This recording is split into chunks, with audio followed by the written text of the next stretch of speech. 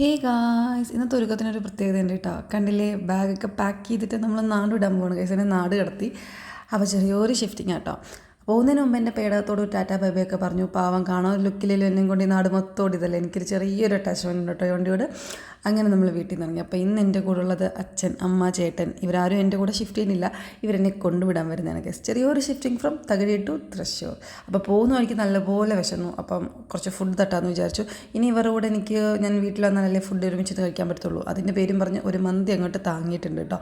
പെട്ടെന്ന് ഫുഡ് കഴിച്ചുകൊണ്ടാണെന്ന് തോന്നുന്നു വയറ് നിറഞ്ഞപ്പോൾ ഭയങ്കരമായിട്ട് ഉറക്കം വരുന്നു ഗൈസ്. പക്ഷെ ഉറങ്ങാൻ പാടില്ല. ബിക്കോസ് ഞാനാണ് ഗൂഗിൾ മാപ്പിൻ്റെ കൺട്രോളർ. അപ്പോൾ കൃത്യമായിട്ട് കട്ടിലും തൊട്ടിലും ഒന്നും ചെല്ലാതെ വണ്ടി നേരെ ഡെസ്റ്റിനേഷനിലേക്ക് എത്തിക്കേണ്ടതിൻ്റെ ഉത്തരവാദിത്തമായിട്ട് ഉറങ്ങാതെ പിടിച്ചിരുന്നു കേട്ടോ.